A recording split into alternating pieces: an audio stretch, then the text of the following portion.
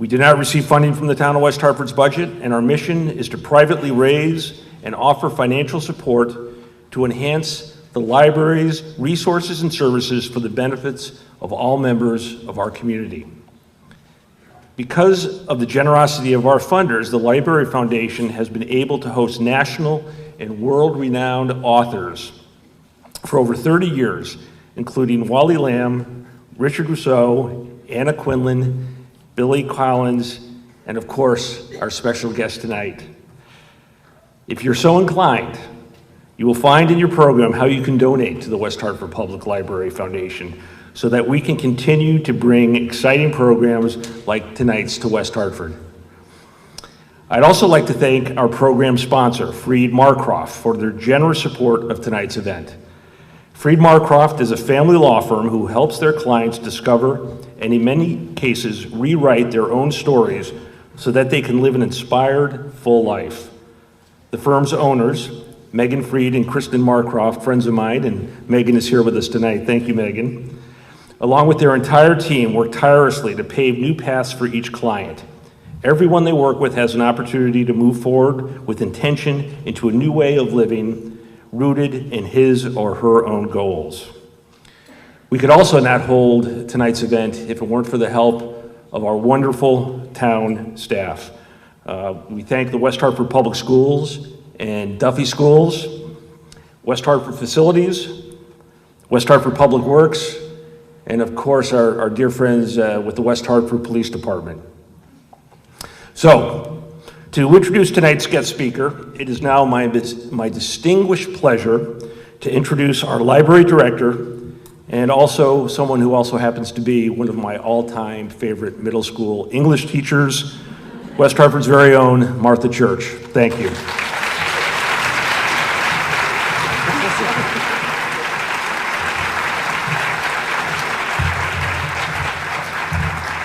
So that just tells you how old I am. Thank you all for joining us tonight for what is our annual celebration of a well-known author. We do this every year, and your participation in this event is what makes it so very, very special. So I want to really thank you all for being here. Chuck took a lot of my thank yous, but I have a few more to add. We had members of the state library community who helped run discussions for us over the course of the summer. And those are Kate Byrode, who's here tonight, Sunny Scarpa, Tina Panic, Bridget Quinn Carey, Michelle Penn, and Cindy Hyken. I also want to thank West Hartford's plant and facility staff, and especially the principal and staff of Duffy School for helping us find the largest available venue for tonight, which is this building right here.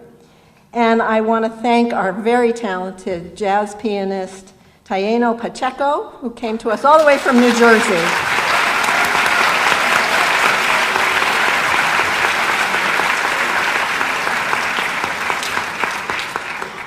Since last spring, I guess I should hold this.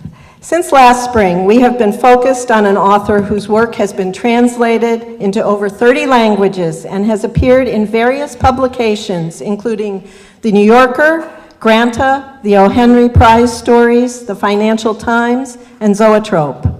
Chimamanda Ngozi Adichie is the author of 3 novels, Purple Hibiscus, which won the Commonwealth Writers' Prize and the Hurston Wright Legacy Award, Half of a Yellow Sun, which won the Orange Prize and was a National Book Critics Circle Award finalist, and a New York Times notable book, and Americana, which won the National Book Critics Circle Award and was named one of the New York Times top 10 best books of 2013.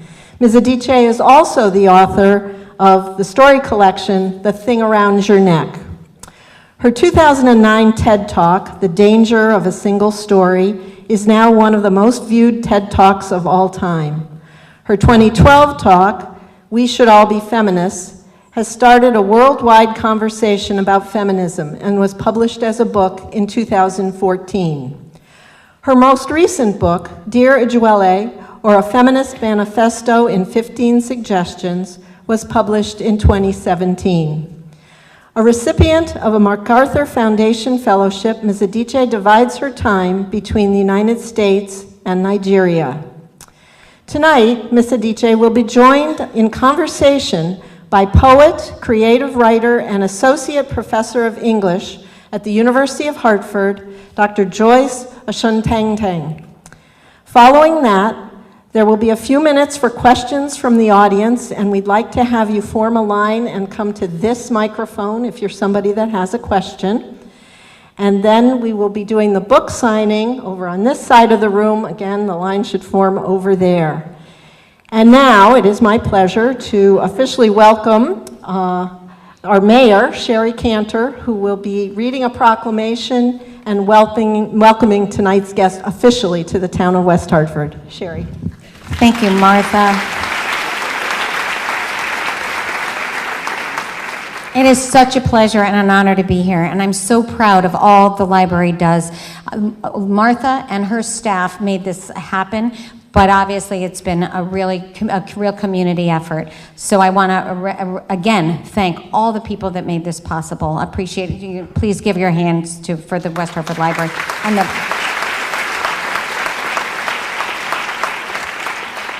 the Friends of West Hartford Library. Whereas the town of West Hartford is home to readers of all ages representing a wide variety of backgrounds and interests. And whereas for 30 years, the West Hartford Public Library has been inviting community members to celebrate the joys of storytelling, great writing, and reading by hosting an annual author event. And whereas these special events, now known collectively as West Hartford READS, have been made possible by support from the community through contributions to the West Hartford Library Foundation. And whereas for the past several months, local literature lovers have been reading and discussing the novels, essays, and short stories of prize-winning author Chimamanda Ngozi Adichie. And whereas Ms. Adichie has, through the gift of storytelling, enabled countless readers to travel beyond the boundaries of our own lives and to walk in the footsteps of others, thus expanding our minds and enlarging our hearts. Now therefore be it proclaimed that on behalf of the Town Council and the residents of West Hartford, and I'm sure all of you guests here, I, Mayor Sherry G. Cantor, do hereby recognize and welcome Chimamanda Ngozi Adichie back to Connecticut as our 2019 West Hartford READS author.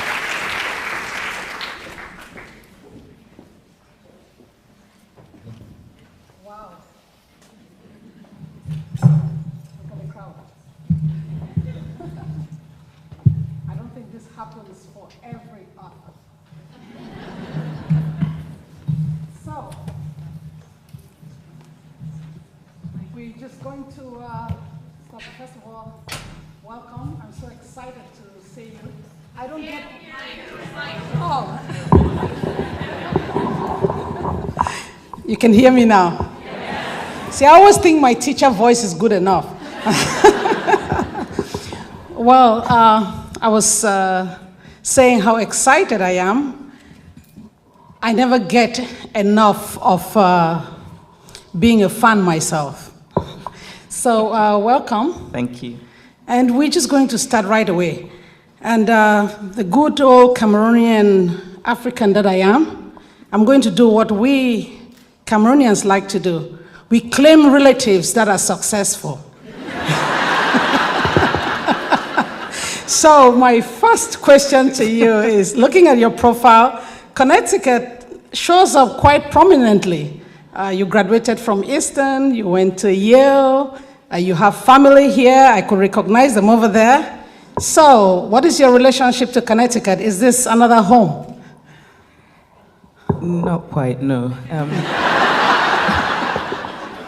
I thought it would be good to start on a note of honesty. But well, first, I really want to say thank you all for coming out. It's just really lovely it's just lovely when people come. So thank you. And it's really nice to be back in Connecticut. Thank you to everyone involved with West Hartford READS.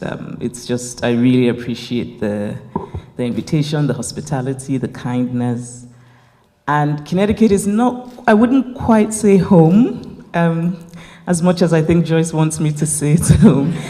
But I will say that Connecticut has been very important in shaping who I am today. I graduated from Eastern Connecticut State, and then I came back years later to go to Yale. But really, I think it was my early years here that contributed to forming me. Connecticut was my first introduction to the joys and perils of winter. And I think that it's also, Connecticut, I think, is responsible for my first novel because I was so homesick and so cold that I started writing Purple Hibiscus. So, and yes, I have family here, so it's a state that's close to my heart because of that, because people I love live here. My sister is there. Not only is she the most beautiful woman in the world, I think she's the best family physician ever. I think her patient schedule is full, but if you're looking, she's right around Yukon. And my brother-in-law also lives here, and somebody I absolutely adore, my nephew, Tokes, lives here as well. And he hates me to say this, but he has inspired quite a few characters in my fiction. So this is all to say that I owe Connecticut a lot in my writing career. In fact, now that she says that, I would share a little story. It's amazing how life plays out. I used to teach at Yukon, and I lived in Stores. And guess who was my primary care physician? And at that time, she had just published Purple Hibiscus. I think I went in one day and I was telling her that I teach literature. I was an assistant professor in residence at the time. And I'm sure she must have told me that, oh, my younger sister writes literature. And when I found out who that younger sister was, I started ranting and talking. And she was like, wow, you guys really hold her in high esteem. That's my younger sister.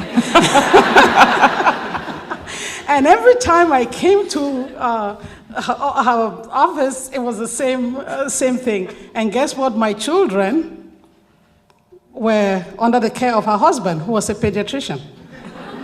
But guess what? What I'll confess here to her is that it took a lot of discipline not to beg to want to see her younger sister. And she can testify that for 5 years, I never asked to join the dinner or come to visit. I'm like, I know she expects that this African will do that, and I'm like, this African knows better.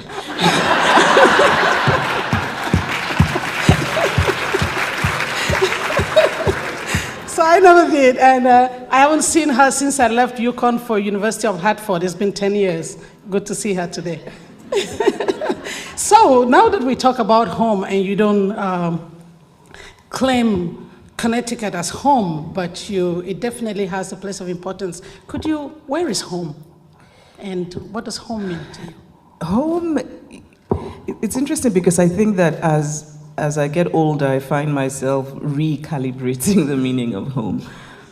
Home, I think of myself as a person who now has 2 homes. Nigeria is home, and the US has become home. Because I spend half my time here and I spend half my time in Nigeria. But, increasingly, I also think that home has become a state of mind. I think for me, home is really anywhere that I don't question myself and my belonging. And sometimes it's Nigeria, sometimes it's not, in that sense. But in a more, I guess sort of just more plain-spoken way, it's Nigeria and the US. I have a Nigerian passport. So. Still? Yes, by choice. For how long?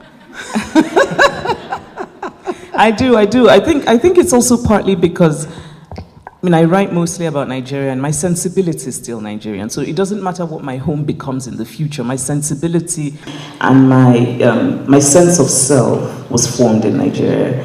And I think because of that, there's a part of me that wants to go through the humiliations of having a Nigerian passport, because that way I can prove my Nigerian authenticity. And you don't want me to get started on what it means to travel on a Nigerian passport. I was almost going to ask that. But why would you want to do that? You don't want to go quickly. You know, the American passport says you must allow this person to go without delay. Yes. It's a blue passport. Except for when you're in the Middle East. Oh, now I don't want that one in the Middle East.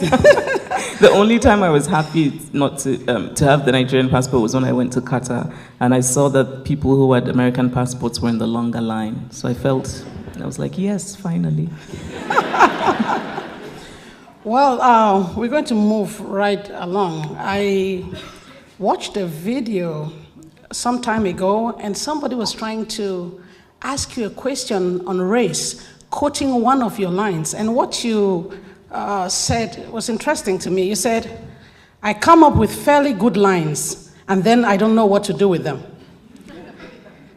Yeah, and when you said that, in explaining further, you said some good lines, which I want to ask you about now. And this is what you said. Race is the major organizing principle of American history and American life, and the one Americans are mostly uncomfortable about. I thought that's a quotable quote. Now I want you to speak to it. If you said I said that, I'm going to have to believe you, because I don't really have the evidence that I said that. But it sounds really good, so I'll claim it anyway. What did I mean? If I did say that, what I meant was... But really, no, I think so. I think that race is America's original sin. Race is America's really founding atrocity. And I think it remains the thing that Americans are most uncomfortable talking about. When I came to the US, I like to say that I was not black, I became black in America. You know, I grew up in Nigeria, I left Nigeria when I was 19, and I came to the US and took on this new identity of black, because in Nigeria, skin color is just not an identity marker. You know, ethnicity and religion are. So in Nigeria, we have many, many problems, but racism is not one of them. There's tribalism, there's religious issues, there's class, but the idea that you belong to a race called black, and not just that, but that it meant something, was a discovery for me when I came to the US. And initially, it was something I resisted. So I went through a period of saying, don't call me black, I'm Nigerian. Because I had very quickly internalized all the negative stereotypes about blackness in America, and I didn't want to associate with it.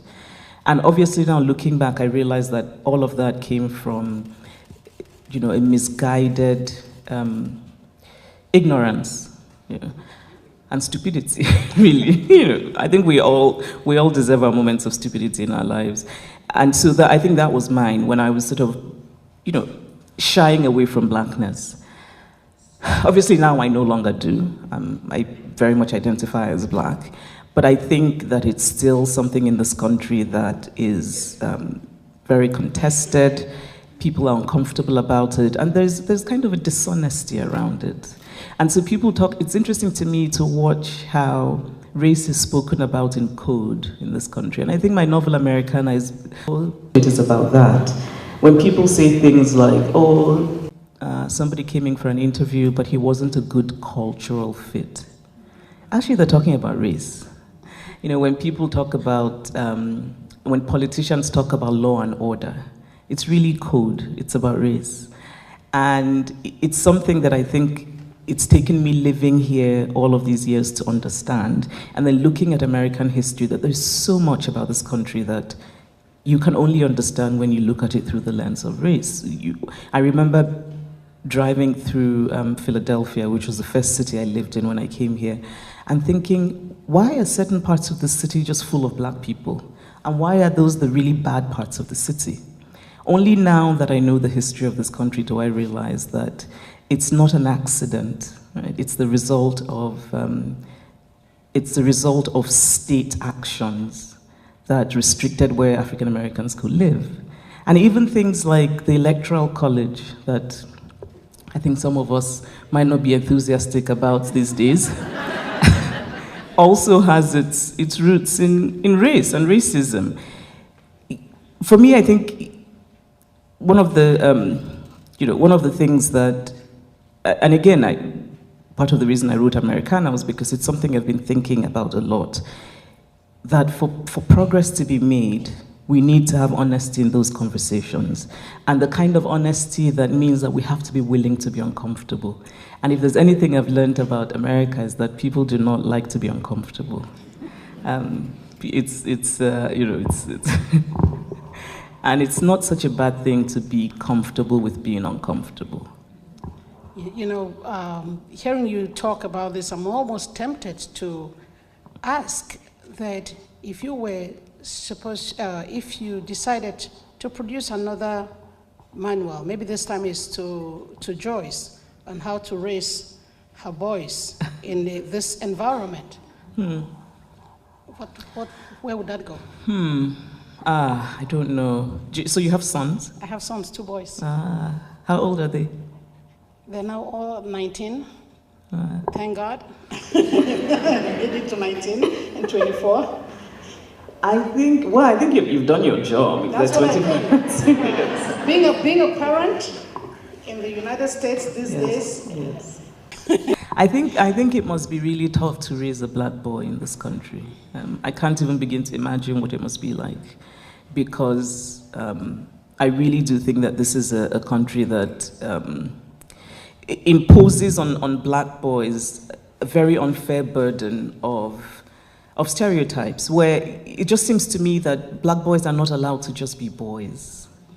I remember a story once that I was told by a young black man who said that it was late and he was out in a parking lot and there were 2 young women who seemed to have trouble with their car, and he was with his mother, and his mother said, "Oh, go help them." And he's like, "No, Mom, I'm not going to help them. I'm a black man, I can't." Right? Because I don't know what they're going to think if I sort of walk towards them to help them. And there was something about that made me so sad, because I thought, my God, this is what you live with, that in some ways your ability to show kindness is that there's an obstacle to that, and that obstacle is simply that you happen to be born a black male in the world. I think if I had to, and so because I don't have a son, I'm always, before I have a 4-year-old daughter, and before I had my daughter, I was very quick to give advice about raising children. I mean, before you finished asking me, I was like, this is what you should do. Now that I'm living with the reality of a 4-year-old, I'm not giving any advice. And all I can say is, for all the parents out there, well done. I don't know how the hell you all survived. But really, I think just the reality of it is that it's easy to be prescriptive and say this is what you should do, right? But the reality of things is always harder. I wrote about raising a child who's a girl. I think if I'd written about a boy, obviously there are many things I don't know, but one thing I think I would say is that we need to give boys the language to be vulnerable, the language of emotion. I think it's one thing we don't let boys have in the world, and I think it's very bad for boys. Because those boys grow up to be men who then are unable to communicate, are unable to express emotion, and we judge them for that. But we don't ask how that happened. Right? Now that I have a 4-year-old daughter, when I take her out to play, I'm always watching other parents. Well, I do this because I'm a fiction writer, so I don't mind my business. So I'm constantly, I'm eavesdropping on other people's conversations, watching people. This is what you have to do to collect material for fiction. So in my eavesdropping and watching people and not minding my business, I'm struck by how even now, in the progressive area of Maryland where we live, parents still deal with their children differently based on whether it's a boy or a girl. The boy falls down, and the mother isn't running to pick him up and give him hugs and kisses. She's saying to him, be tough, be strong. The girl falls down, she's just enveloped in hugs and kisses, but at the same time, the boy gets a lot more room to be a boy. So he breaks things, and the parents sort of shrug because he's a boy. And there's a wonderful line from a novel I read sometime by Meg Wolitzer, and one of the characters says that she had assumed that boys could not be saved, and so there was no point in trying. And for me, I think many of us in the world unconsciously internalize that idea, that there's no point, boys will be wild and crazy, so why bother, Which I think is also sad, because what I would do is give that poor kid the hugs and kisses that the girl gets, but also give the girl the room that the boy gets to be whatever.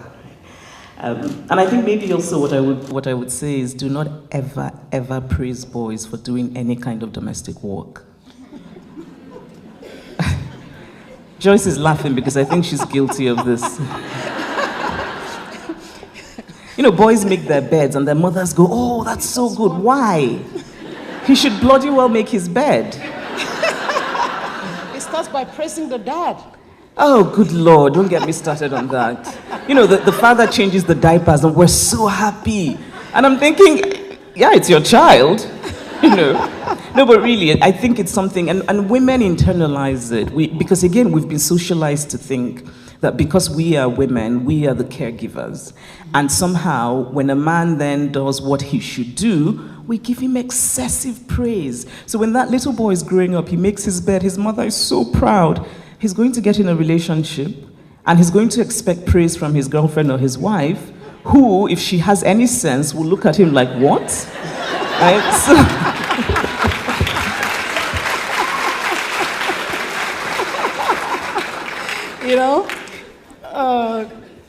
you just said that you don't want to be prescriptive, and but you can help yourself there. No, I can't. I guess I can't. And that's my next question, because sometimes reading your fiction and reading your nonfiction, it looks like I'm suffering from having a split personality here, because this person here in the fiction is not conclusive. You leave room for the reader to fill in the blanks. You're ambivalent here. When it comes to your nonfiction, you're bold, you're direct. We should all be feminists. You have suggestions in 15 suggestions. So, and I'm thinking, what's going on here? In one place, she's like, I'll leave it to you to figure out what happened at the end. This one, I'm going to tell you the A to Z. So could you speak to that? She's guilty as charged. I am. And it takes a very careful reader to. I think you've read me really well. And I think a writer, there's no greater compliment than to be read carefully, really, for a writer. So thank you, Joyce. Okay, I think I need to defend myself. But you know what? I'm going to say that I really don't make any apologies for being prescriptive when it comes to gender. I feel so strongly about how important it is that men and women be treated as equal human beings in the world, that if it means my being prescriptive to try and just make a tiny change, I will be. But fiction, I think in a sense, I do feel like two different people. The person who writes fiction is not the person who writes nonfiction. When I'm writing fiction, and fiction is my first love. Fiction is the love of my life. It's the thing that gives me meaning. It's what makes me really happy when it's going well. And when I'm writing fiction, it's like a beautiful madness. I feel transported. I feel as though the spirits are speaking to me. So characters come alive, and it's just really magical. You go Pentecostal. said like a good African. Yes, I do go Pentecostal, except that I don't quite speak in tongues, except through my characters. But actually, I think that would be a good way to put it. I do. It's kind of being yes, it's being Pentecostal. But when I'm writing non-fiction, it's so different. When I'm writing fiction, I'm telling a story. I'm in this universe. It's an imaginative world. I don't know who I'm writing for. So when I'm writing fiction, I'm not thinking about my audience. I'm thinking about just being in this magical world of being transported to another place. When I'm writing non-fiction, I'm very clear about what I'm doing. I know who I imagine my audience is. I know what I'm trying to achieve. And because I think there's a part of me that is part Messiah and part stern headmistress, I'm sort of, I think it doesn't take me very much to then start saying, here's what you need to do to fix the world. So I think that's why a lot of my nonfiction is really different. And it's also that I'm in a very different emotional place when I'm writing nonfiction. Quite different from fiction. Really, it's just like being two different people. Now that we're talking about fiction, I'll tell you something that happened in 2012 at the African Literature Association conference in Dallas. This was a conference that had to do with human rights in African literature, and I was in a panel that dealt with women's rights. And I remember my paper was on purple hibiscus and some other works by African women. And we had all this, there was another paper there on Lola Shoneyn's The Secret Lives of Baba Segi's Wives. And at the end, of course, for those of you who've read Purple Hibiscus, the father dies at the end, Oops. And this literary critic, this woman, I want to stand up because of the way she said it. She was not very happy. And she said, I want to talk to you African women who write novels. Stop killing the men. Stop killing the men. It's becoming too much. I know what you are trying to say to improve our lives, but you should stop killing the men. If you were in that audience, how would you react?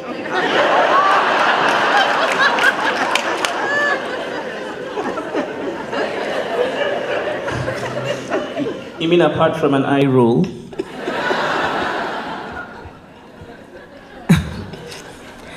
Well, first of all, I think it just sounds to me like melodrama that has no substance.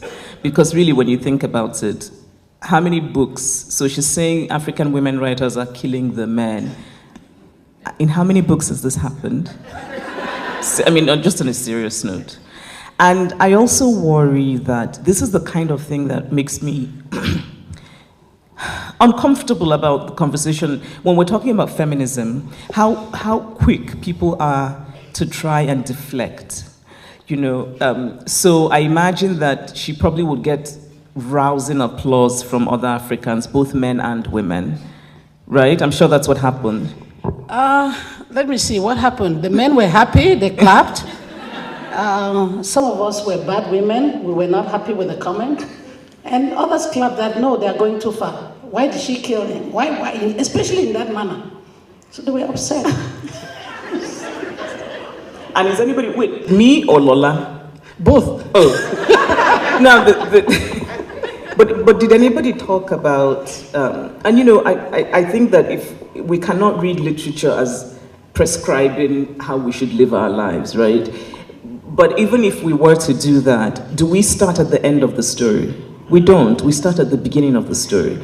And I'm always worried about stories that start at the end or halfway. So, oh, don't kill him, and how did you kill him? But let's go back. What did he do? Right? What happened? It's the same way that even the law in countries all over the world recognize that all killing is not equal. Right? That's why you have different degrees of murder. That's why you have manslaughter.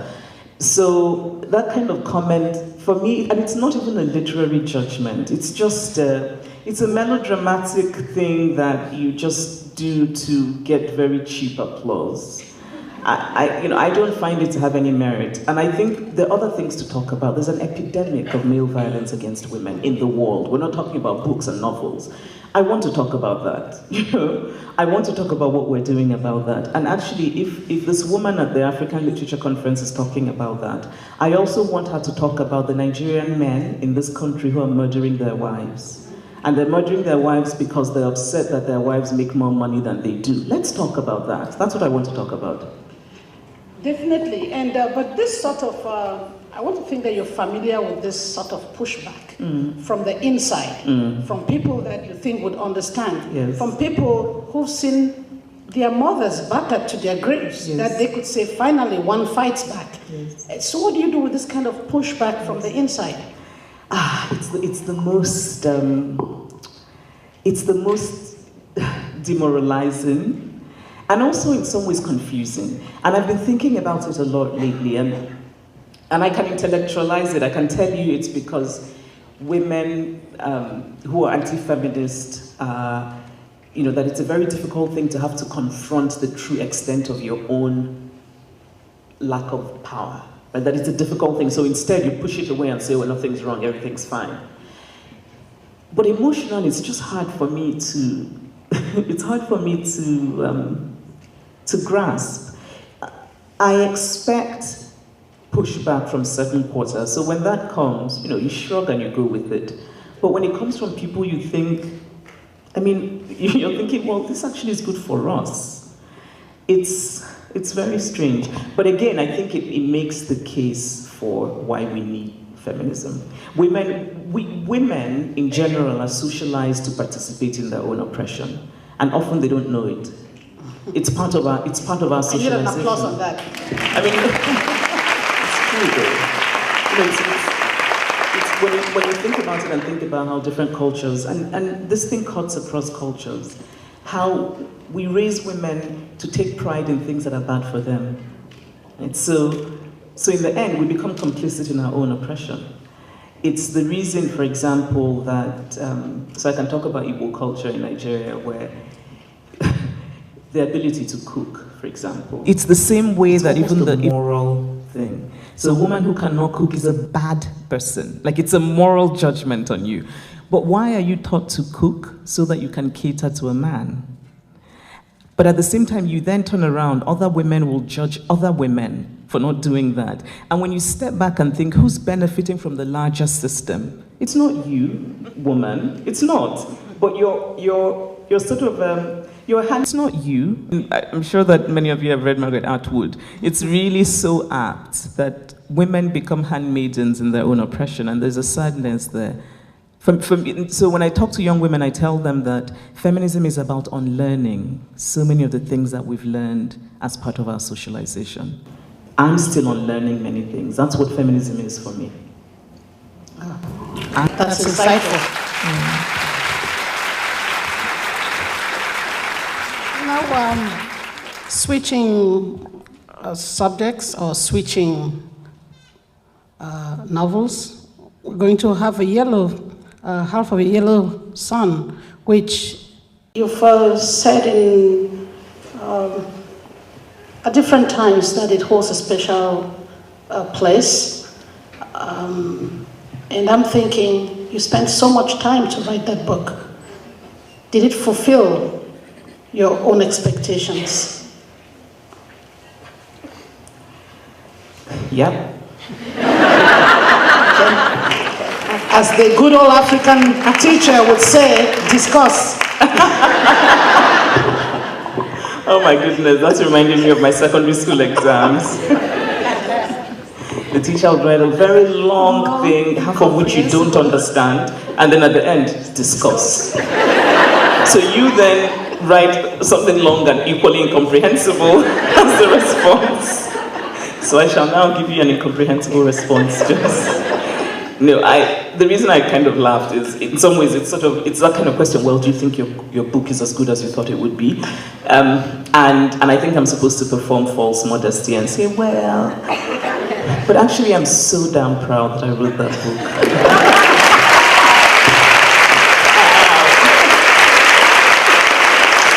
but also, I think it's the thing that I'm proudest of having done, but it also took so much from me emotionally, mentally. So Half of a Yellow Sun is set during the Nigerian Biafra War in the 1960s, and my parents lived through the war. I wasn't born at the time, but it's a war that I grew up knowing that its shadow, that I grew up in the shadow of the war. And both my grandfathers died in the war. And even as a child, I remember just being haunted and wanting to understand this thing that took my grandfathers. And I felt as though this novel was a novel that, at the risk of sounding, unnecessarily dramatic, that my ancestors wanted me to write. And so I read everything I could find. I did so much research, and it took me years to write. I had moments of just intense self-doubt. I would often stop to cry, because then there were pictures from a woman I met, actually here in the US, gave me some pictures that she had taken in Biafra, because she was part of the, I think it was Caritas, one of the NGOs that went to Biafra. And she had these pictures of children just utterly, utterly ravaged by kwashiorkor and very close to death, very thin, their hair red, their bellies like balloons, their bodies like toothpicks. And, I had seen these pictures in books and in the archives and libraries, but this woman gave me the pictures that she actually took, and there was something about those particular ones. I would look at those pictures and just cry. And then I would think, this could very well be my relative. My grandfather died in a refugee camp, my maternal grandfather. And so that whole process was just really difficult. I remember when I finally finished the novel, I remember thinking, for so long I would think, I can't wait to finish, because then my life can continue. But then when I finished the novel, I sank into the worst depression that I'd ever had, because I suddenly didn't know what to do with myself. It was such a strange time. And, but then, I was happy that the book, that it meant something to people, because I knew that for many Nigerians it would be not just literature, it would also be history. Because we don't really learn about Biafra in school. In the way that I think every country hides parts of its past that it's ashamed of, Nigeria hides Biafra. And so I knew that many people in my generation didn't even know anything about Biafra, and that this book would be for them history. And when it kind of started to reach people, it made me happy. It made me really happy. But I don't think I can undertake another project like Biafra again. After that book, now that you say that you went into a space, because I'm thinking you did so much history and you read so much, you took like 4 years for that book, and then after that you went to school to study history. You didn't have enough? No. So what was that all about? Did that, because it ignited an interest, or did you notice a gap? What? I think it's that I noticed a gap. I've always been interested in history. Because I think it's impossible for us to know where we're going if we don't know where we've been. And so I've always been a person who looks back, because I want to understand how we got here. And I think when you grew up in Nigeria, and I'm sure it's true for Cameroon, I think it's true for really the continent of Africa, we don't really engage with our history, especially the history that we had before colonialism. And I think when I started reading about Biafra, I started to think, I'm reading about 1950s, 1960s, a bit of 1940s, but suddenly I thought, I'm very curious about what Igbo land was like in 1850, and I don't know.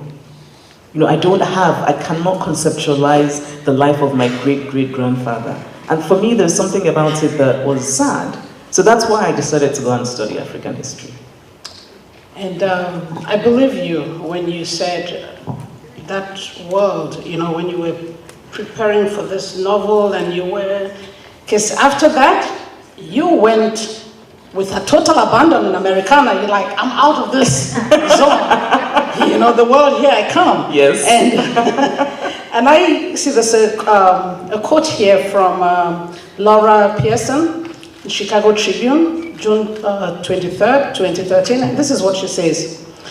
Sprawling, ambitious, and gorgeously written, Americana covers race, identity, relationships, community, politics, privilege, language, hair, ethnocentrism, migration, intimacy, estrangement, blogging, books, and Barack Obama. It covers 3 continents, spans decades, leaps gracefully from chapter to chapter to different cities and other lives. Adichie weaves them shortly into a thoughtfully structured epic. The result is a timeless love story steeped in our times. And I'm thinking this rich diversity and tapestry holds true for all your fictional works. So I'm looking at this, I'm like, so where does she usually begin? With character, with location, with politics, with Barack Obama? Where does she begin? Yes, with Barack Obama. I mean, if there's any young writer out there, that's a good place to start. You're right, with Barack Obama. You can just, you can write sort of a deeply mournful elegy about missing a reasonable president. Okay, moving on.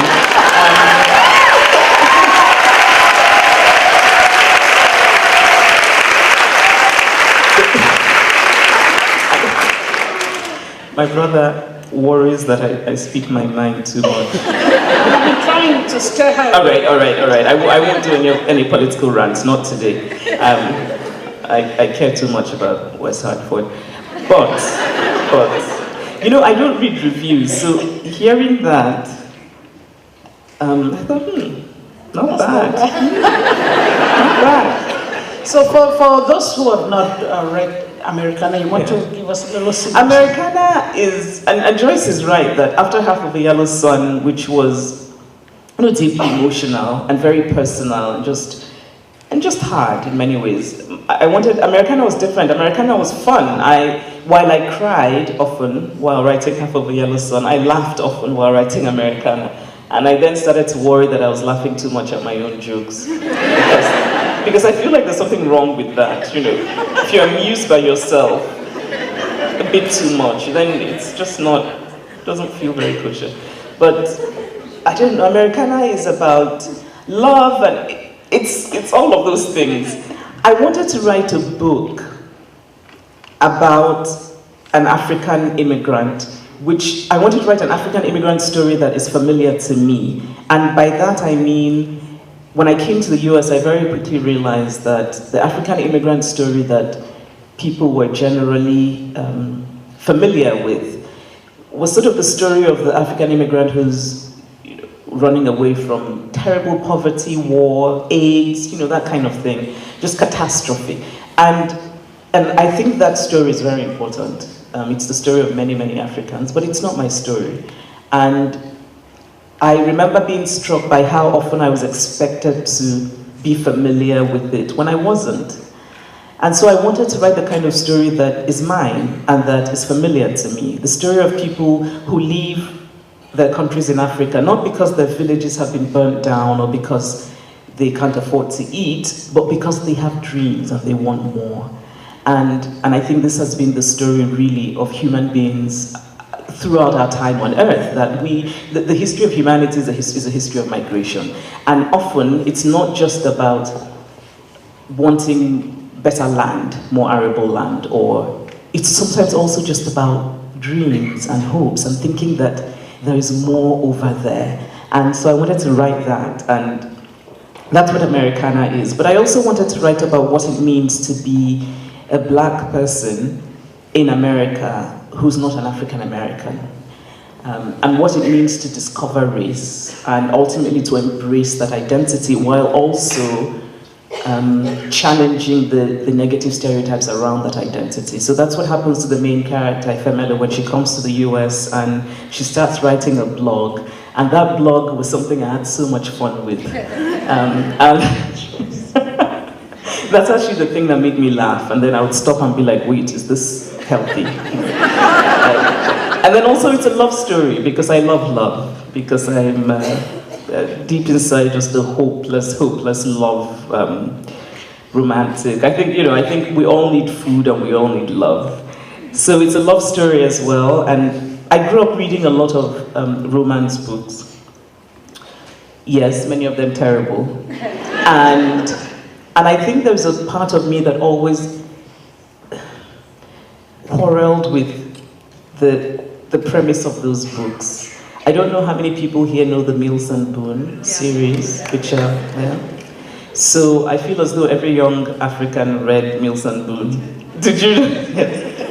And I think even then, there was something about them that just didn't feel quite right to me, because the woman never had any agency, and she always pretended. So she liked him, but she had to be, he would then pull her to him and then she would melt. But I would think, where is her own agency, right? So it was always sort of, she was an object, she wasn't a subject. She didn't do, things were done to her and about her. And I think there was a part of me that wanted to rewrite that. And so in Americana, it's a love story. It's, I think it's sort of ridiculously, gushingly love. But at the same time, she's not stupid, right? This is the thing. I mean, it's that thing where the woman is a full human being. She's flawed, and she wants. She's not just wanted and doesn't have to be persuaded. And, it's that thing. Actually, I remember one particular Mills and Boone that annoyed me, really. Because, so she likes him, and he clearly likes her. But the thing that happens with Mills and Boone is until, if it's a novel that's about 110 pages, until page 105, they hate each other. And then, and there were parts where I would think, well, come on. I mean, you really? And I was maybe 15, and I would think, even I am more mature than you are. I mean, why can't you have a conversation? What the hell is going on? So it's a love story, Americana, but I think it's a love story that wants to challenge the narrative of a love story as something in which a woman doesn't have agency. I could see that, and I did a bit of Mills and Bones, but I think my generation, which I think is a little bit ahead of yours, a little bit, without giving away too much. We read the same thing, Beta M. Clay, A Woman's Temptation. Yes, I read that. Was it Basket of Flowers? Women just suffer and suffer and suffer. So thank you for writing the anti-Mills and Bones story. But as you're talking there, I was thinking of the way you build your characters. You make them, they're complex. Even when they are flawed, there's some desirability. We can get a bad character, an absolute bad character. And I'm thinking, you say when you write your fiction, it's total abandon, you let the fiction drive you, but I'm looking at it and say, hell freaking no, she's making this deliberate. You talk to them. I have to say, Joyce is the ideal reader. Where she's saying to you, nope, that's not what you said you're doing, is not what you're doing. So I'm suspicious here. And you know what? I think I hear you. I think your suspicion is well received. But honestly, I don't think I can answer that honestly, because a lot of the questions about my process and my thinking are things I make them up as I go along. I do events like this and I have to invent answers to questions, because the truth is that when I'm sitting there in front of my laptop, I'm not really thinking about why I'm making the choices I'm making. There's a lot that's intuitive. And I think afterwards, maybe I can look back and think, I don't know. What I will say though is that I think as a writer, your worldview comes across in your fiction. And I think that my worldview is one in which I think it's really difficult to find a person who is entirely bad. It's not that they don't exist, I just think that not many of them exist. And I think that human beings are complicated and flawed, and I'm very resistant to simple answers. Right? I'm very resistant to the idea of someone is just bad or someone is just really good. So it's how human beings are textured that interests me, and I think that comes across in my fiction. And also, in general, I believe that people can do better. I think I think I have a generally optimistic view of humanity. Mostly. Present political situations have stretched that, but I do think that human beings, I think that as human beings that we can do and be better, and maybe that comes across in my fiction as well, I guess. As you talked about your own value system also coming in, I'm thinking of your TED Talk, The Danger of a Single Story, and where you talk about Fide, the houseboy, and how you only saw him as being poor until you visited the family. And I'm thinking, it looks as if after that she learned her lesson. Every minor character in your fiction is important some kind of way. So it's like, you don't have minor characters. It may be minor in terms of the role that play, the number of times they show up, but they are not minors. Yeah, I learned my lesson, you're right. Actually, that makes me very happy to hear that. I hadn't thought about it, but if that is true, I like to hear that because it means that, again, my worldview has come into my fiction. I really believe that everyone has a story. And I like people. I mean, I think that there are writers who start off with ideas and writers who start off by observing the world. I'm in the latter category. So I'm interested in people, in people's stories. I'm sort of, I'm a person who, at the airport, I'm watching people, I'm imagining, what's your story? I get very tearful when I see complete strangers hugging goodbye. Right? It's not my business, I don't know who the hell they are, but sometimes I tear up. I'm like, oh my God, he's leaving, And then I'm imagining what their story is when are they going to see each other again? Or what just kills me is when it's children, right? When the little kid is waving goodbye, I'm just like, oh my Lord. So I think it's that idea of that, everyone has a story. And I also have started thinking about sort of, what if we had this series where we somehow know everybody's sort of backstory? And here's what I mean. While I like people, I also have moments of misanthropy where I cannot stand human beings. And this is the thing about being complex, right? But so there are times when I'm irritated by a person, and then sometimes I say to myself, well, what if I knew the backstory? And so someone is very rude, for example, and I get really annoyed. But then I think, what if that person got really bad news that someone they love has cancer?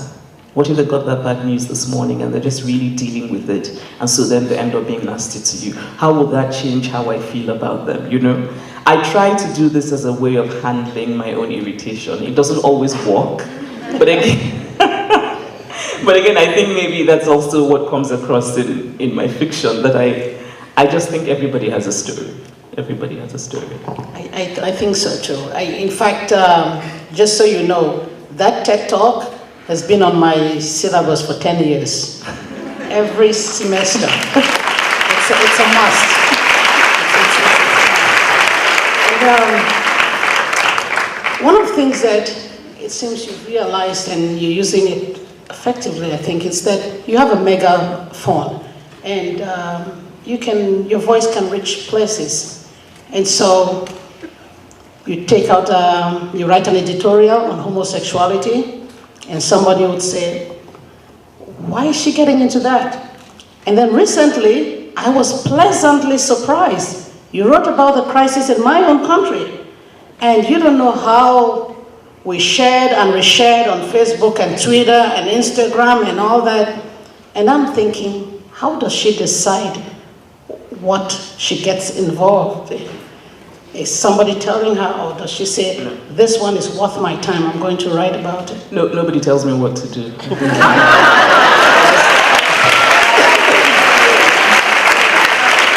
It's just, I've just never been a person who gets told what to do. I think you can ask my big sister, I think she would corroborate that. And this is for good and ill. It's not always a good thing. But, and you're right, I think becoming this right, my fiction gave me a platform. It's my novels that give me a platform. And even the TED Talk happened because I wrote this novel, and somebody who organized the TED Talk was a fan of the novel and wanted me to come speak. And I remember being terrified because they said they never ask writers. and then I had no idea what the hell I was going to talk about. But more recently, it's really just what moves me. So with writing about Cameroon, my mother was born in Cameroon. Oh, wow. Yes. And you know, what's happening in the Anglophone region has just always infuriated me in the way that there's so much happening across the continent of Africa that is just infuriating. And then, of course, we have a dear friend who I wrote about in the piece, and just watching him calling family on WhatsApp, and then when there was the blackout, I don't know, I was so moved by it. And I thought, if there's one thing I can do, it's just to raise awareness, and so I chose to do it.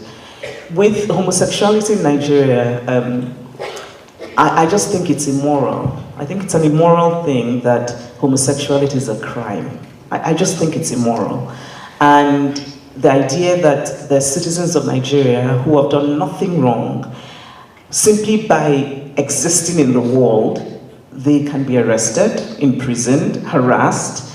So I wrote that because what I was trying to do was to try and get people to think a bit differently.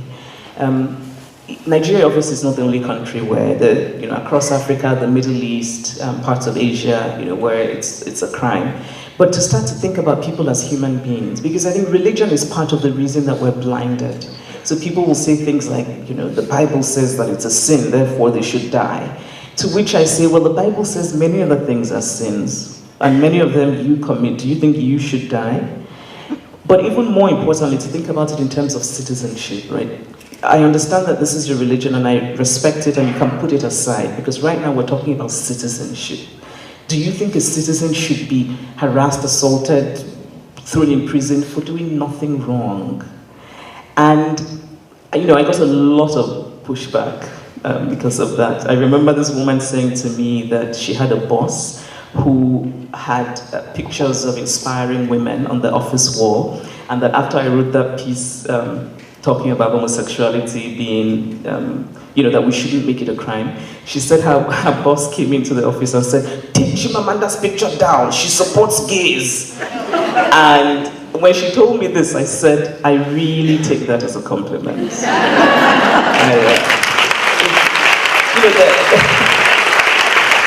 In general, and this is something I would say to any young woman out there, there's some people whose dislike of you and disapproval of you that you should take as a compliment. Yeah.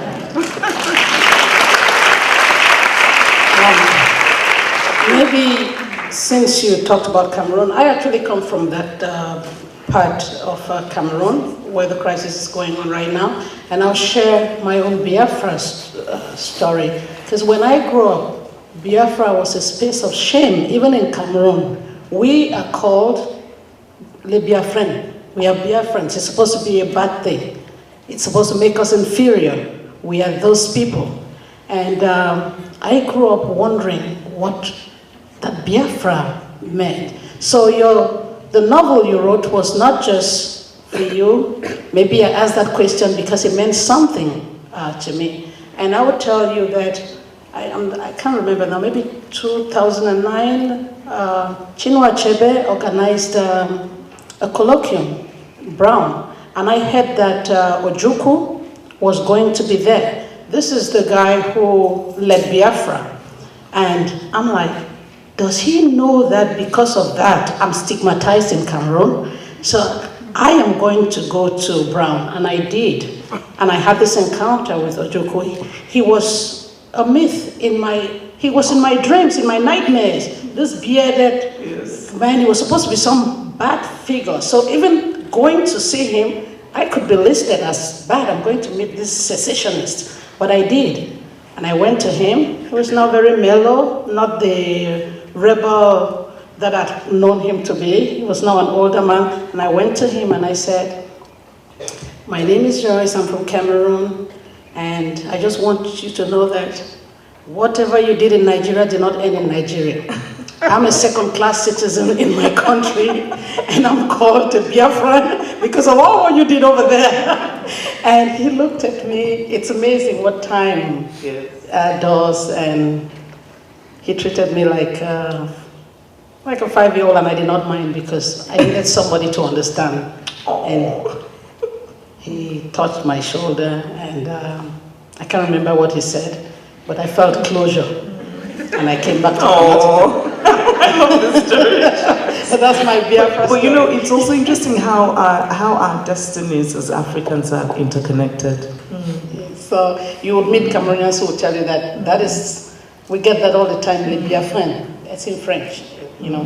So I think it's time for us to get questions. There's a couple from the audience. I'm hoping that I must have touched on some of your questions so that we will not have too many here. Hi.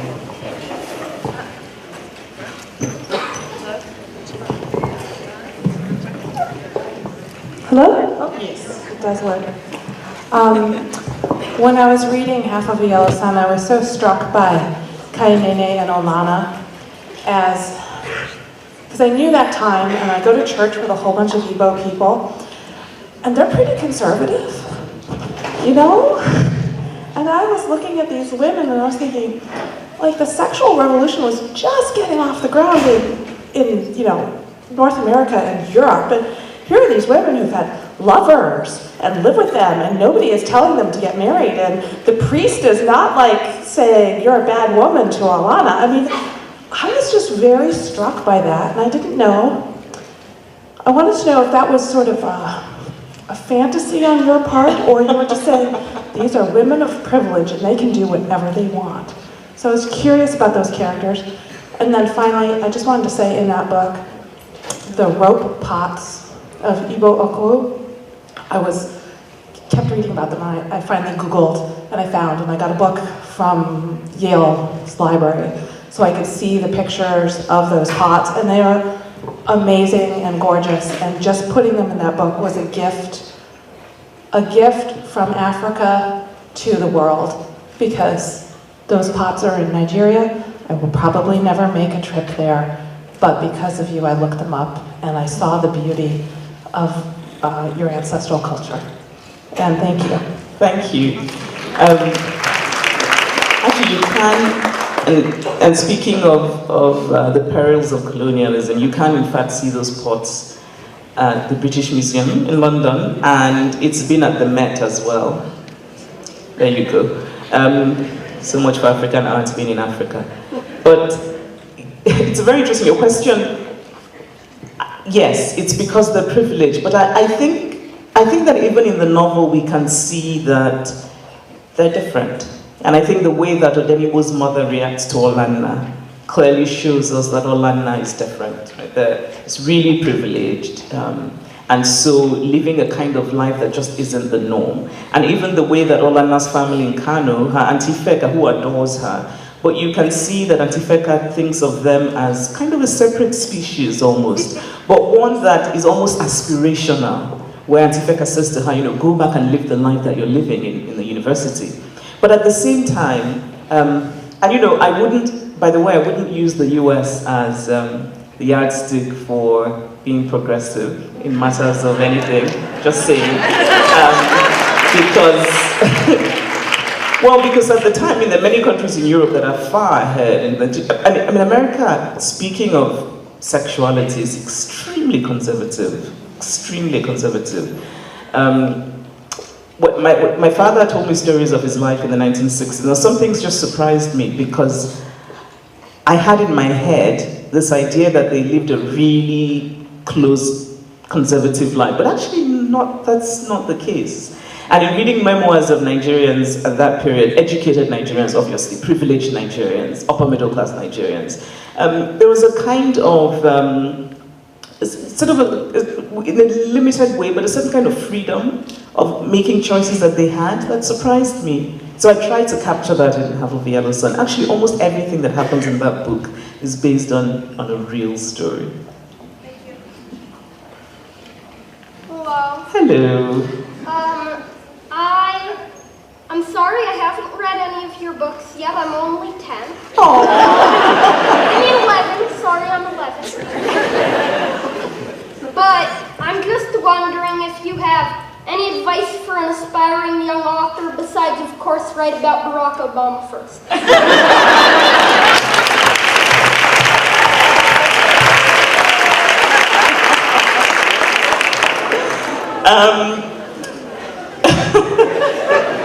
First of all, thank you for your question. Thank you for your boldness in standing there. When I was 11, I don't know that I could have done what you've done, so it's really cool. I would say, so two things, read and write. And I know it sounds simple, but it's really not.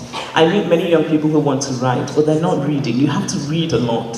So try, you really do. You cannot be a good writer if you're not a good reader. And it's important to read widely, read different kinds of things, and read things so you know what you don't like, in addition to knowing what you like. I try to do 4 books a week. I would say try and do 5. And then write. And when you write, you're just 11, so but when you write, don't think about your parents, don't think about anybody you love, just think about the story that you're telling. Because if you think about your parents, you might not want to write certain things honestly. So just focus on what you're writing, and then hide it in a drawer in your room.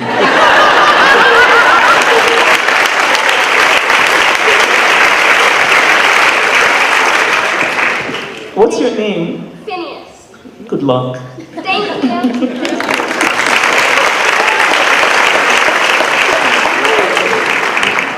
Hi. Hi. My name is Corona. I'm a senior at UConn. My classmates are over there. We're currently, we are from an anthropology seminar about flourishing and well-being and interdisciplinary perspectives. Flourishing and well-being and interdisciplinary perspectives, and we chose your book as like the main literature piece because we also read like anthropology articles and philosophy, but we chose your book as the literature piece. Which one? Oh, sorry, Americana. Yeah, okay. And in our discussions about how your book would relate to flourishing, like it talked about how like the different relationships that Ethan had and how she traveled, always maybe seeking freedom or maybe seeking truth, but it was kind of ambiguous. I mean, when I first started the book, I wasn't sure how the book could relate to flourishing because it was so complex and there's so much going on. So I guess my question is, what does flourishing mean to you?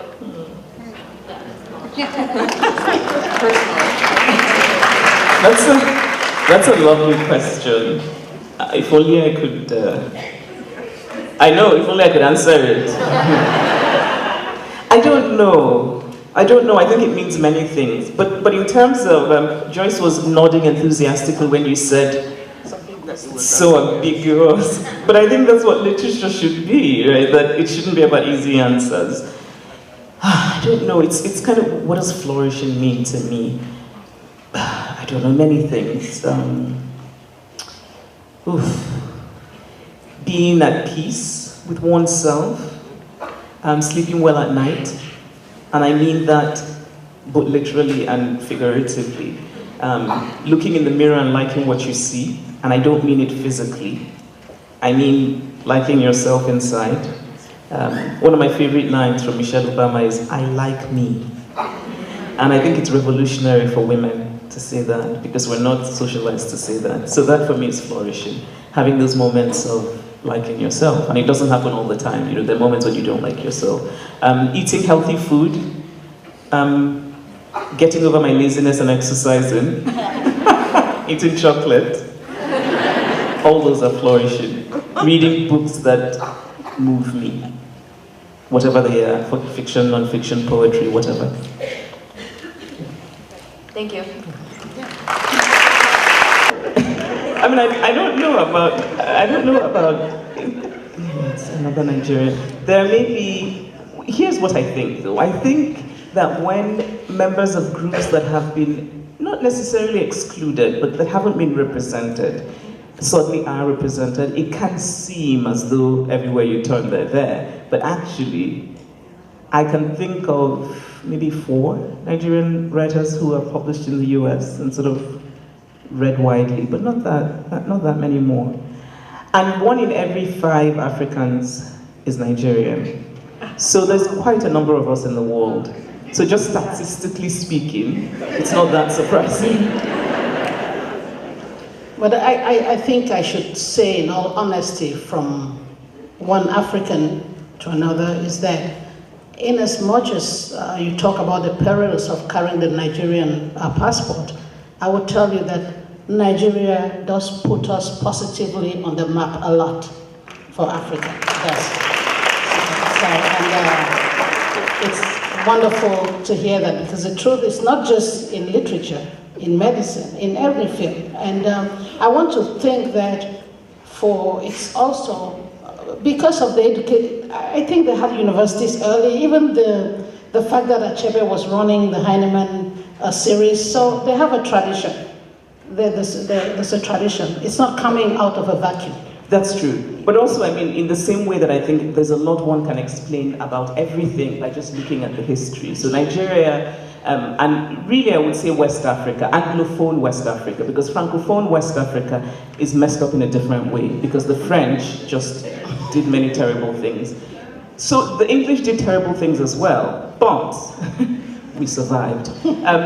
The history of Nigeria in particular is one in which, because we didn't have settlers, because British colonialism ended and the British left, and because traditionally at the colonial Nigeria was not a time when Nigerians were not, they were not mine workers. So in the way that in Southern Africa, a lot of Africans worked in the mines, so they were wage earners. But in places like Nigeria, people were more entrepreneurial. And the British left, and so there's what people who come to Nigeria would call a kind of self-confidence. Other people would call arrogance. We Nigerians are happy to take either definition. But I think it feeds into a certain kind of cultural production. You know, there's a lot. Nigeria is a very vibrant place. It's a very troubled place, but it's also a very vibrant place where people push back. People are. You know, we wake up in the morning and we have a glass of self-confident arrogance for breakfast. And so it enables us to push back at the world. And I think that's why in literature, in art, in fashion, in music, in medicine, Nigerians just, you know, we're taking over the world. That's what's happening.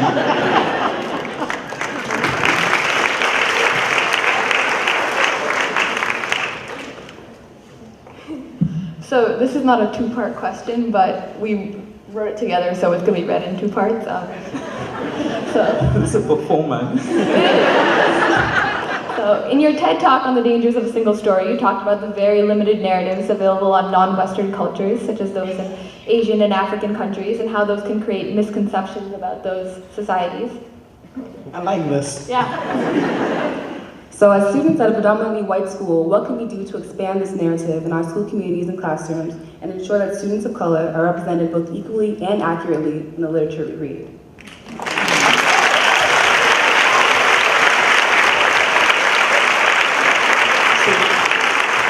You're both in a predominantly white school.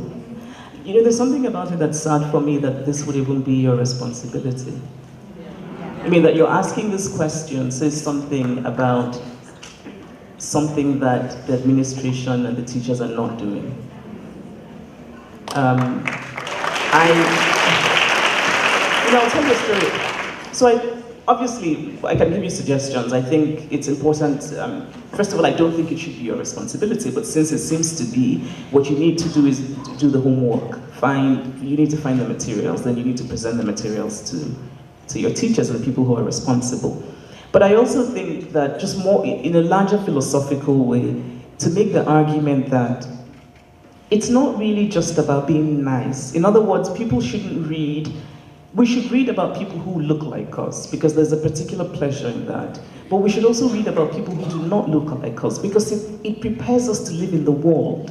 You know, it's not about being nice or being politically correct. It's really just a pragmatic, reasonable thing. I remember talking to a woman once in a bookstore, and I said I was looking for children's books that had people that are characters that were not animals and were not white people, because all the books we had in my daughter's library at the time were mostly, you know, animals or white people. And this woman who was very nice, but she said to me, "Oh, I see why you would want that." And she was white. And I remember thinking, but so should you. You know, you should also want diverse books for your children.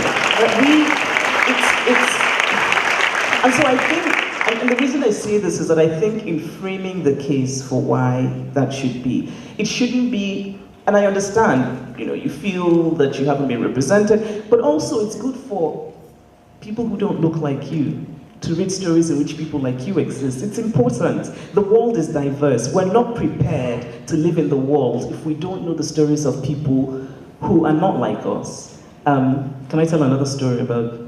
Okay, so now this other story. This man who picked me up from the airport, actually here in the Northeast, and I won't say where, but it was in a college where I was getting an honorary degree. And in a state close to Connecticut, in a very prestigious, small, liberal arts college. Anyway, so this man picked me up from the airport. He was sort of the limo driver. He picks me up. He's very nice. He's a little over-familiar. But this happens to me when older white men pick me up, because I think they're taken aback by the person they've picked up, right? Because they don't expect me to be this sort of,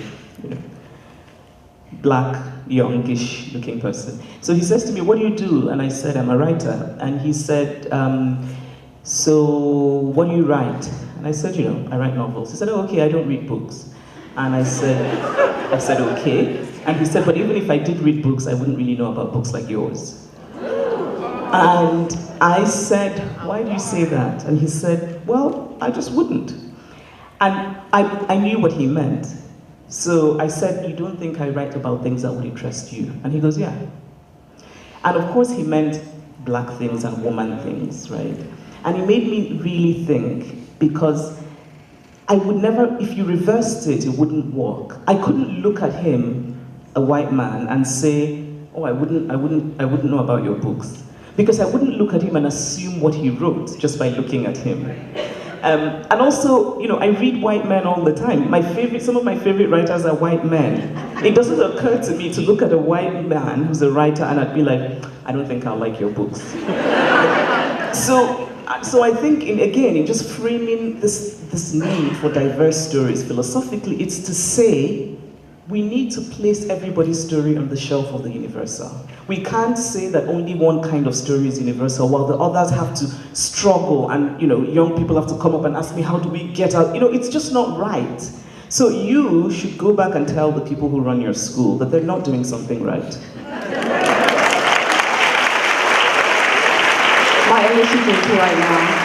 My English teacher is here right now. All right, English teacher, we need to fix this. He also read the book last year for AP English. It's actually kind of ironic we read this for an English class, like Americana, but this is more of a general question. But. Also last, I have to disclose I'm also Nigerian, of Nigeria. So when I saw you coming, I was so excited, and you should know that all the videos will be circulating in my family's WhatsApp forum by 9 o'clock latest. Thank you so much. Thank you.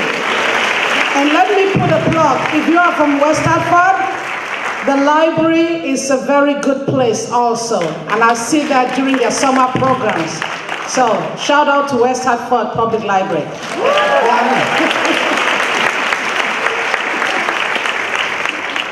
Good evening. My name is Lorna, and it's quite a pleasure to be here before you. I have to say that I was not aware of the questions asked before me. I'm absorbing all of them, as I think all of us are. I'm so proud of our young people and the adults that are asking the questions they are. I am a mother of 2 daughters, a 3rd grader and a 6th grader. I'm here with my 6th grader. I don't want to embarrass her, but she is here, and she's an avid reader and a writer as well. My question is recognizing your candor, your character, and your confidence, which I also respect. What words of advice do you have for young people, but in particular young females of color, when they are trying to build within themselves the same abilities, the same characters that you have, recognizing that every environment they go into may not embrace them as the system that they are a part of?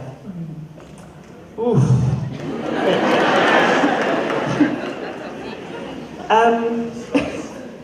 Honestly, I wish I could fix the world's problems. I'm just like, I don't even know what the answer to that is. I think, I think it's hard for women to be, again, going back to what I talked about earlier, in the ways in which we become complicit in our own oppression, how, for a woman, you want to be confident, but you're constantly thinking, they're going to think I'm arrogant, so I better hold back a little, I better not. I think it's hard for women, all women. I think in this country, it's particularly hard for black women, because black women already come pre-burdened with assumptions of the angry black female, the unreasonable black female, that kind of thing. What I would say to young girls is, it's not that they shouldn't be aware of this, they should be, but try not to make it the thing that propels you. Because I think that sometimes it's possible to hold yourself back too much because you're thinking they're thinking this about me. And also to know you can't please everybody. You know, I've come to really embrace that, and there's something about it that's very freeing. And so for young women, what I would say is I believe very much in, there's a part of me that's also quite old-fashioned. I believe in sort of old-fashioned ideas of being respectful, being gracious, being kind, but standing your ground, you know, and not letting yourself be pushed around. And I think if you sort of approach life like that if people are nice to you, be nice to them, but do not ever be nice to somebody who means you harm. Just having that kind of attitude about life and not apologizing, you know, get in that door, occupy that space. Somebody might be annoyed, but that's their business. You know, it's knowing that you matter. I think we live in a society that constantly tells women that they don't matter as much, and we internalize it. And I think for young women, it's important to tell themselves every morning, I matter. And because I think what you carry in your head when you go out into the world shapes the way you engage with the world. And, you know, yes, there are many people who have negative ideas about black women, but also we have to remember that there are many people who know that black women are gorgeous and fantastic and brilliant. We have to remember that as well. It's not all negative. Sometimes I think, you know, when we talk about things like that, we forget there's also the plus side, right? Because black women are doing things in the world. And I generally like to say that if you're a young black woman, it helps from time to time to just pull up a picture of Michelle Obama and just soak in that gloriousness.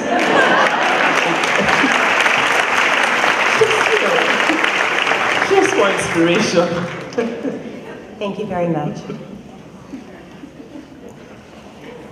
Hello, how's it going? I'm starstruck. Anyways, I was introduced to you a couple of months ago, actually. So I'm a convert, and thanks to my friend over there, actually. And so it was during one of your TED Talks, and one thing that really resonates with me that you said, and I'm sure it's been quoted a million times, is that culture doesn't make people, people make culture.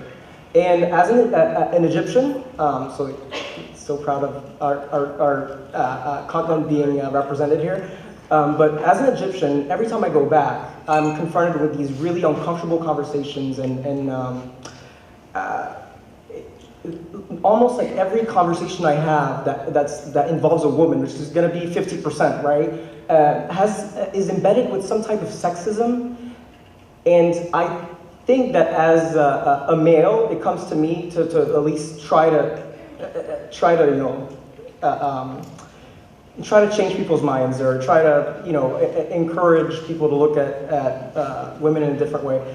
So, but I don't want to come off preachy and condescending and rude. So based on your experience, what has been the most effective way of doing that? And what is your recommendation for, or any advice for men that come from the Middle East or the rest of Africa or other countries where women are? Recommendation for men who come from Middle East Africa, men everywhere in the damn world, you guys need to step up and do this thing. Because, you know, I've always worried about, you know, when people sort of, when the demonstrations against rape, for example, it's 97% women, and I'm thinking, wait, where are the men? Right? Rape wouldn't happen if men didn't exist. Why are men not coming out to say we do not want this to happen? Anyway, what have I found? And I hear you about not sounding preachy, because it's very easy to lose people when you're having that conversation, especially because what you're doing is that you're going against this massive tide. What I find works is examples. I find that story works. I find that, so in making the case that people make culture, what I try to do now is to go back in the past and pull up examples and say, and especially things that you know they don't know. So you just sort of smack them with it on the face. You're like, well, do you know that in Egypt in 1872, women were blah, blah, blah? Because there are all of these interesting things from history. And then to say to them, well, do you know that it was culture in 1822 that women blah, blah, blah? And then suddenly they're like, well, so what you say to them is, well, that was culture 75 years ago. It means that we're remaking and making culture, so why can't we remake it? And I also use the argument that, what's the point of culture?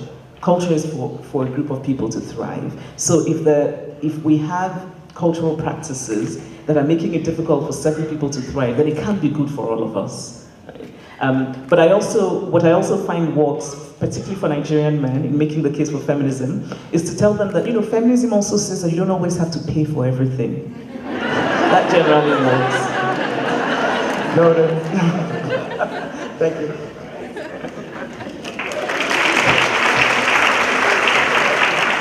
Good evening. Thank you so much for being here.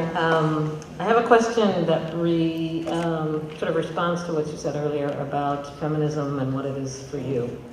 And you said that it's an unlearning. And I agree with that completely because I experienced that in my own life. Some of the best moments of my life are when I unlearn the roles and the responsibilities that I, grew up with. But I wonder if, or I should say yet, I wonder if what you might think about, or what is your notion of feminism that is not quite as internal?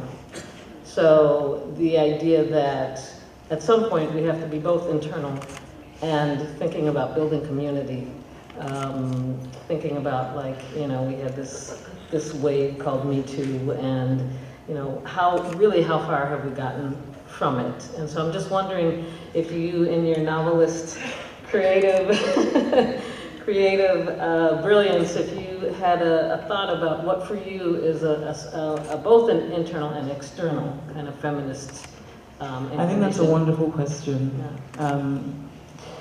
And I think about it, and I think, in some ways I think they're connected. In other words, it's my unlearning process, which is ongoing, that makes it possible for me to connect, I think, to other women and to the experiences of other women. And it's also why I think that our experiences as women are shaped by race, for example, by class, so there are differences there. But I also really feel that there is an underlying unity in the way that we're socialized across cultures. So I talk to women from different parts of the world, and instinctively we get, I'm telling them a story about my childhood, and suddenly they're telling their stories, and they're so similar, right? And it doesn't matter if the woman is from Denmark or from Korea, which are two places that I recently spoke to women at. But the Me Too movement, for example,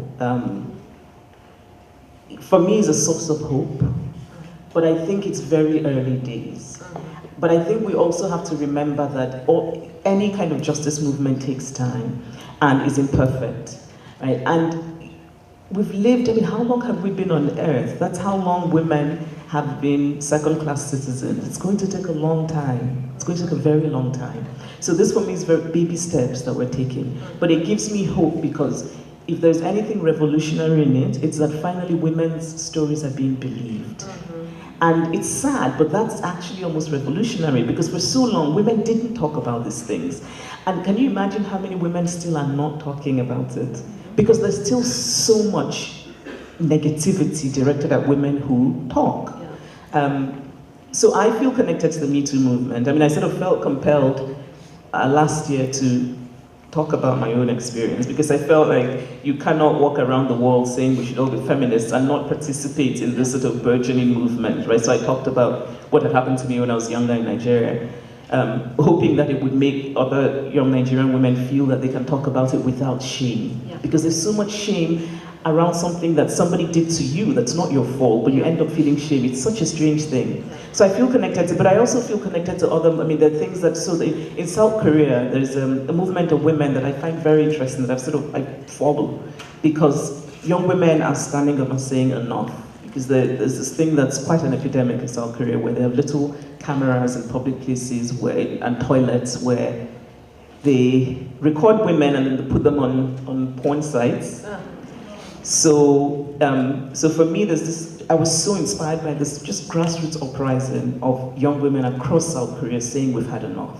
That I feel very connected to. And even in Nigeria, there's now young women are talking about something that's being called sex for grades, where university women are talking about the harassment by professors, people who, you'll fail your exam if you don't sleep with me kind of thing. And it's an epidemic, and they're talking about it. And so for me, I'm interested in the grassroots movements that sort of spring up and might not be terribly organized, but still speak to, I think, a kind of optimism, hope that that we'll get somewhere at some point. So join those movements. Thank you. Thank you.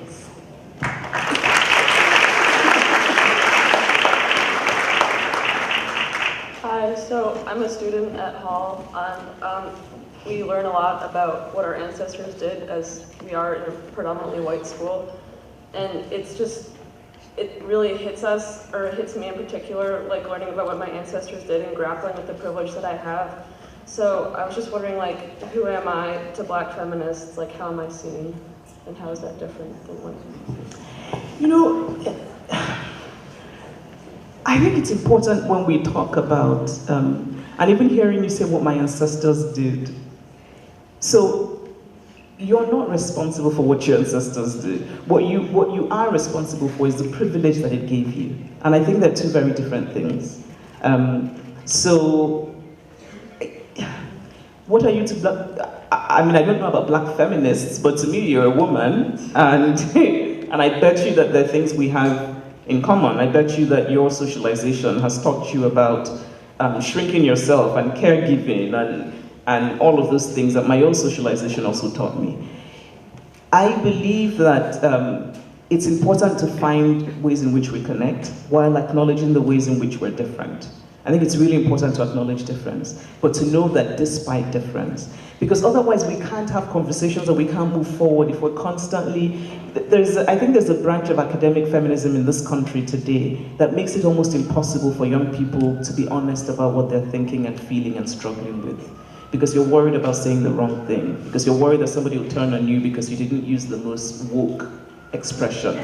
And I really think it's a disaster, because it's also, I think, something that's lacking in that movement is compassion. And I'm a person who approaches these things as a storyteller. So I'm thinking, the story here, what is the story here? So when you ask me, how are you seen? What's the story here? What's your story? Why is that the question? No, I mean that, I mean, I don't mean to be, I really do mean that in a genuine way. I just feel like I'm not, like, it's just that fear that, like, I'm not enough. That, like... Darling, welcome to the world. We all feel that. I know, but it feels like despite, like, being given all this privilege, like what can I do with it? Like, oh, there's a lot you can do. I'll tell you some things you can do. So in Americana, there's a bit about the white friend who gets it. You can be the white friend who gets it. So you go to white spaces and you start to dismantle racism. So you get that uncle of yours at Thanksgiving who's a bloody racist, and you tell him to stop being an asshole. And here's what else because this is the reason I said earlier that men also have to be part of the conversation. Sometimes men listen to men, and sometimes white people listen to white people. So, which is why white people need to be part of the dismantling racism. So there's a lot you can do with your privilege. As a white woman who gets it, you go in there and you just take an axe and you smash, not just patriarchy, but racism. That's what you do.